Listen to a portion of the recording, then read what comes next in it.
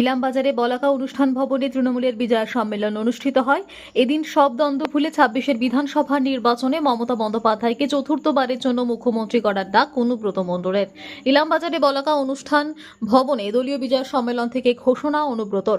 রবিবার বিকেল ৪টে নাগাদ বীরভূমের ইলামবাজার বলাকা অনুষ্ঠান ভবনে বীরভূম জেলা ও ইলামবাজার ব্লক তৃণমূল কংগ্রেসের পক্ষ থেকে আয়োজন করা হয় বিজয় সম্মেলন।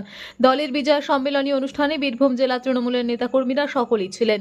জেলার কোর কমিটির কনভেনার অনুব্রত মণ্ডল, সিউড়ি বিধানসভার বিধায়ক বিকাশ রায়চৌধুরী, বোলপুর সাংসদ অসিত কুমার মাল, ইলামবাজার ব্লক তৃণমূল কংগ্রেসের সভাপতি ফজলুর রহমান ও ইলামবাজার পঞ্চায়েত সমিতির সভাপতি সুদীপ্তা সাহা হালদার ও সহসভাপতি দুলাল চন্দ্র রায় সহ অঞ্চল ও বিভিন্ন বুথের দলীয় কর্মী ও অগণিত সাধারণ মানুষ। মঞ্চে দেখা যায় নেতৃত্ব দিতে কোর কমিটির কনভেনার অনুব্রত মণ্ডলকে। দলীয় বিজয়ের মঞ্চে দেখা যায় বীরভূমের তৃণমূল কংগ্রেসের সমস্ত কর্মীদের। বীরভূম জেলা তৃণমূল কোর কমিটির কনভেনার অনুব্রত মণ্ডল বিজয়ের মঞ্চে বক্তব্য রাখতে গিয়ে বলেন, মমতা বন্দ্যোপাধ্যায়কে চতুর্থবারের জন্য মুখ্যমন্ত্রী করতে হবে। ২৬-এর বিধানসভা নির্বাচন অত্যন্ত গুরুত্বপূর্ণ, খুব কঠিন একটা নির্বাচন হতে চলেছে। স্বাভাবিকভাবে এখন থেকে মাঠে নেমে পড়তে হবে। প্রতিটি কর্মসূচিতে বুথ সভাপতি এবং অঞ্চল সভাপতিদের সামনে সারিতে রাখুন। তারাই দলের সৈনিক, ভোট কৌশল তারাই। ব্লক সভাপতিদের মাথায় চাপ থাকে, তাই সবকিছু ভুলে গিয়ে ২০২৬-এর নির্বাচনে বোলপুর বিধানসভাকে বিপুল ভোটে জয়যুক্ত করতে হবে।